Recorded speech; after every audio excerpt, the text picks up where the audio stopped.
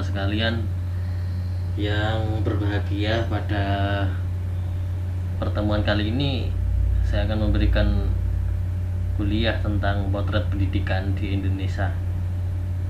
Setidaknya terdapat 4 golongan yang dominan dan lazim ditemukan di masyarakat Indonesia. Di antaranya adalah banyak anak-anak usia sekolah yang berminat untuk sekolah dengan ekonomi yang mendukung.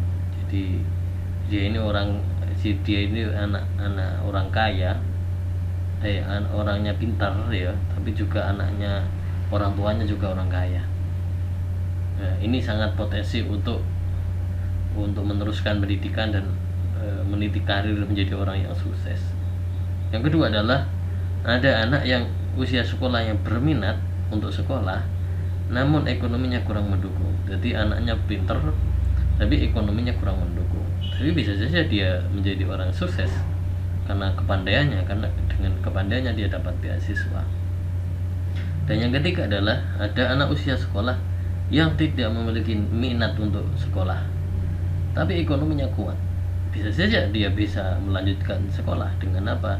Dengan keuangannya dia, keuangan orang tuanya, dia bisa sekolah kemana-mana ya. Yang penting orang tuanya kuat membiayainya. Dan yang keempat, yang terakhir, yakni sudah dia itu tidak minat sekolah, tetapi dan juga ekonominya tidak mendukung. Jadi yang nomor 4 ini yang madesu atau masa depan suram, karena tidak minat sekolah, tidak minat pengen pinter, tidak minat pengen punya pengetahuan yang luas, juga ekonominya tidak mendukung. Nah ini keempat kategori ini, yang terutama yang 4 ini akan menimbulkan sebuah permasalahan di masa yang akan datang.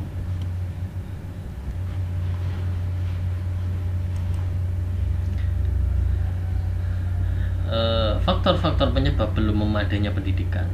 1. Belum terlaksananya amanah Undang-Undang 1945 dan Pancasila, terutama sila kelima secara utuh, yakni 5 adalah keadilan sosial bagi seluruh rakyat Indonesia.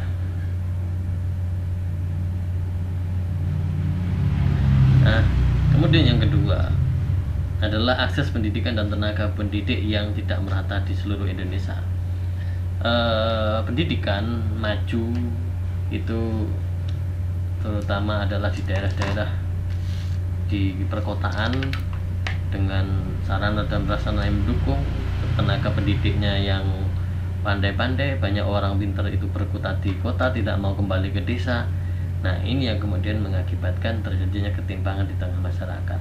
Daerah-daerah yang terpencil, daerah-daerah yang pinggiran itu jarang tenaga pendidik yang pandai yang bisa memajukan desanya, karena orang-orang pandai lebih suka hidup di kota. Mereka menjadi orang terkenal, menjadi intelektual terkenal dengan subsidi ekonomi yang mapan, dan itu adalah pilihan-pilihan. Tetapi sangat jarang sekali orang pandai yang kemudian pulang ke kampungnya dan membangun kampungnya. Nah, ini juga menjadi sebuah ketimpangan. Yang nomor 3 adalah subsidi yang tidak tepat sasaran. Banyak sekali bantuan-bantuan dari pemerintah, tetapi ketika di bawah itu banyak potongan-potongan, sehingga kemudian tujuan dari pemerintah untuk mengangkat, untuk memberi kesejahteraan kepada masyarakat atau elemen-elemen masyarakat, elemen-elemen di pendidikan itu menjadi tidak tepat sasaran. Yang keempat adalah rendahnya APBN yang dialokasikan bagi pendidikan. Walaupun saat ini APBN-nya mengamanahkan 20%, tapi saya mengutip Menteri Muhadjir Effendi waktu itu, beliau mengatakan bahwa realitasnya banyak di pemerintah daerah itu yang tidak menerapkan atau mengalokasikan anggaran pendidikannya, 20%-nya itu tidak dianggarkan kepada pendidikan, tapi kepada yang lainnya. Bahkan ada yang 4%, 5%, 6%, tidak sampai untuk 20%. Sehingga kemudian kita masih mendapati di sebuah daerah ada gedung yang ambruk, kemudian ada guru yang masih gaji 150.000 dan lain sebagainya. Ini adalah sebuah persoalan yang sangat ruwet di dunia pendidikan kita. Kemudian yang kelima adalah tidak adanya arah yang jelas dari tujuan pendidikan masa kini. Saya sepakat dengan ini. Kalau kita mengingat zamannya Orde Baru dulu, zamannya Soeharto, itu ada repelita 1, repelita 2, jadi jangka pendek, jangka menengah, jangka panjang. Itu ada tujuan jelas, ada haluan negara. Nah sekarang ini ganti menteri, ganti kebijakan, ya ganti kurikulum, sehingga menimbulkan kebingungan di antara para guru, masyarakat bawah, elemen masyarakat di bawah ini yang belum kebingungan. Berikutnya kita lihat bahwa di sini adalah misalnya siswa Papua yang pulang sekolah. Kita lihat bagaimana bajunya. Kemudian di sini konon ini adalah di daerah Jawa Barat ya. Ternyata mereka untuk bisa sekolah, pulang pergi mereka menggunakan jembatan yang sangat membahayakan. Di sini mereka jatuh dan kemudian nyawanya hilang. Dan ini adalah sebuah persoalan ya. Kemudian yang keempat adalah guru bergaji 100.000 masih kita dapati, terutama adalah guru-guru swasta ya, guru-guru yang di bawah yayasan ini belum ada yang saya berani UMR begitu misalnya, kecuali adalah sekolah-sekolah swasta yang munafik. Kita dapati juga siswa juara Olimpiade Fisika 2016 di Korea, tapi kenyataannya tidak bisa teraplikasikan dengan baik. Ada juga yang juara-juara tetapi tidak diterima di perguruan tinggi. Nah ini juga sebuah persoalan. Kita memiliki banyak prestasi, juara robot internasional, tapi robot tidak menjadi sebuah kurikulum yang yang merangsang anak untuk terus mengembangkan dan melakukan sebuah penelitian dan penemuan. Kadang-kadang terputus oleh kebijakan-kebijakan yang sepihak. Di Papua pun banyak juga mereka yang berprestasi dari secara merata. Papua belum merata pendidikannya.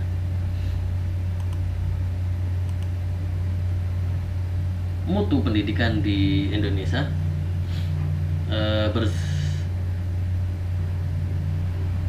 merilis ya, PBB UNDP merilis pada tahun 2013 bahwa indeks pembangunan manusia Indonesia itu berada di peringkat 108 dari 180 negara dinilai. Ini artinya IPM kita masih rendah ya, bila dibanding dengan negara-negara di Asia yang lainnya. Nah ini sebuah tantangan bagi kita. Ini adalah bahkan tentang sekolah di Kementerian Pendidikan dan Kebudayaan di Indonesia. Tapi ini bukan yang akan saya jelaskan. Yang saya jelaskan adalah ini. Tadi INDB, kemudian sekarang ini adalah kompetensi SDM di Indonesia. Kompetensi SDM Indonesia saat ini belum terlalu baik dari sisi kualitas pendidikan. Misalnya Indonesia masih berada di urutan 108 dari 187 negara yang dinilai oleh UNDP. Dan ini tidak terlepas dari peran guru di Indonesia, karena kualitas guru sangat menentukan kualitas hasil pendidikan. Namun dari hasil uji kompetensi guru, ada 192 dari 1,6 juta guru yang memperoleh nilai di atas 90, sementara nilai rata-rata UKG hanya 56. Ini juga jadi sebuah persoalan bagi kita ya, bagi di lembaga pendidikan, bahwa realitasnya, kenyataannya kita belum bisa maju. Tapi apa yang menjadi faktor persoalan itu apa? Jadi nilai UKG, nilai yang diujikan ke guru-guru ini rata-ratanya hanya sekitar 5,6, tidak sampai kepada rata-ratanya, tidak sampai ke 90 kalau diukur dari kuantitasnya. Ini menandakan bahwa ada persoalan di tenaga pendidik kita sendiri, Mas masih banyak kompetensi-kompetensi yang harus ditingkatkan. Tidak hanya sekedar hitam putih formalitas belaka, misalnya setelah mengikuti diklat kemudian sudah selesai dianggap sebagai guru yang profesional, tetapi harus terus meningkatkan kemampuan lain. Ya, solusi yang ditawarkan ini adalah satu, tegakkan peraturan pemerintah tahun 2008 tentang wajib belajar. Ini saya kira untuk tahun 2020 ini sudah banyak pemda-pemda yang melakukan ya. Kemudian kawal dana BOS. Nah, ini masih update walaupun BOS sudah lama, tapi kenyataannya sampai sekarang juga belum selesai. Artinya banyak BOS banyak yang terjadi penyelewengan. Bahkan ada yang memplesetkan dana BOS adalah untuk BOS itu kan ya. Dana BOS adalah untuk BOS ya. Artinya iya, hanya ada di lingkaran BOS-BOS itu kan. Tapi ke bawah ini yang kemudian tidak utuh 100% meningkatkan kualitas pendidikan. Kemudian yang ketiga adalah pemerataan jumlah guru. Guru tidak harus berada di perkotaan, tapi juga harus menyebar ke berbagai pelosok-pelosok untuk meningkatkan kualitas pendidikan.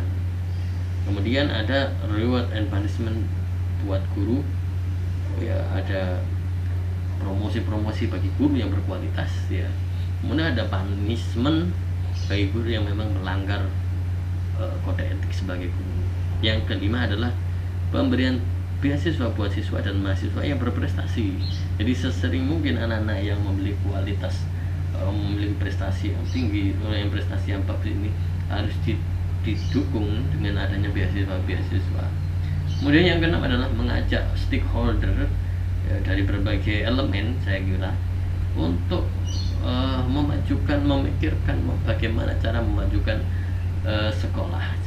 Tapi ini sekali lagi seperti adanya komite pendidikan, tidak serta-merta mereka hanya sebagai cap stempel untuk membuat kebijakan iuran gitu kan, iuran saja, tapi iuran itu tidak digunakan untuk meningkatkan kualitas pendidikan, tapi hanya sebagai untuk bos itu tadi. Nah, ini yang kemudian juga jadi sebuah persoalan.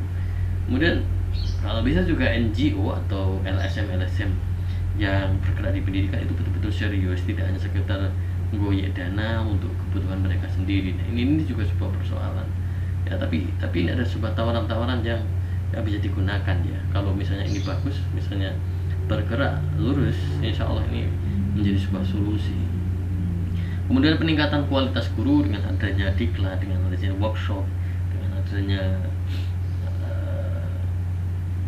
seminar-seminar yang mampu meningkatkan kualitas guru, peningkatan kesejahteraan guru, baik guru negeri maupun guru swasta, ini harus juga diutamakan dengan adanya sertifikasi, dengan impasing dan sebagainya. Ini jangan sampai kemudian terjadi sabotase. Yang ke-10 adalah pemerataan sarana dan prasarana, baik di pusat, di perkotaan maupun di desa, harusnya dibersamakan sehingga mereka bisa menikmati sarana untuk meningkatkan kualitas pendidikan. Itu saja yang bisa saya sampaikan. Terima kasih. Kita lanjutkan minggu depan di dalam kuliah yang berbeda. Sekian, assalamualaikum warahmatullahi wabarakatuh.